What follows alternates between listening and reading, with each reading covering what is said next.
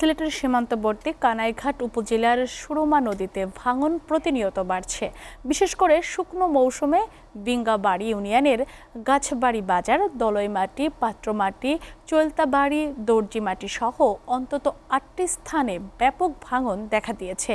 প্রতি বছরই এইসব এলাকায় নদীর পাড় ভেঙে বসতি ও ফসলি জমি নদীগর্ভে বিলীন হচ্ছে।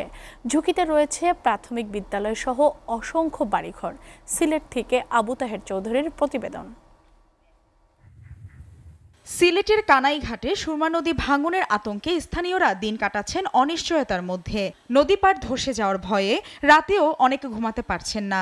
স্থানীয়রা জানান, সুরমা নদীর ভাঙন রোধে দ্রুত কার্যকর পদক্ষেপ না নিলে ক্ষয়ক্ষতির পরিমাণ আরো বাড়বে। ভাঙ্গে ভাঙ্গে একবারে আইছে আমরা সীমানা। ফসলের এবং জমির ব্যাপকভাবে আমরা ঝুঁকির মধ্যে আছি। নদী ভাঙনের কারণে আমাদের এই মাদ্রাসা বিলীন হওয়ার উপক্রম হচ্ছে।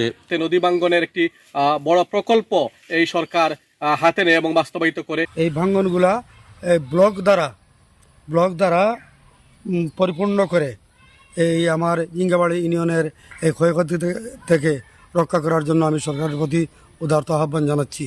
পানি উন্নয়ন বোর্ড জানিয়েছে, সুরমা কুশিয়ারা নদীর সমন্বিত পানি ব্যবস্থাপনা প্রকল্পের আওতায় এই এলাকার ভাঙন রোধে পাত্রমাটি এলাকায় প্রতিরক্ষামূলক কাজ করার পরিকল্পনা নেওয়া হয়েছে।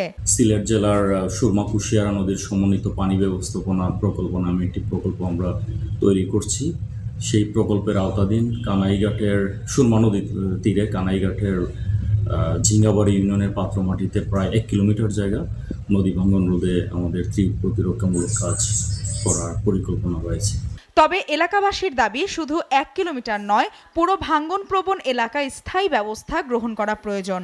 দ্রুত ব্লক ফেলার মাধ্যমে নদীর পাড় রক্ষার আহ্বান জানান তারা। এসিটিভি নিউজ ডেস্ক।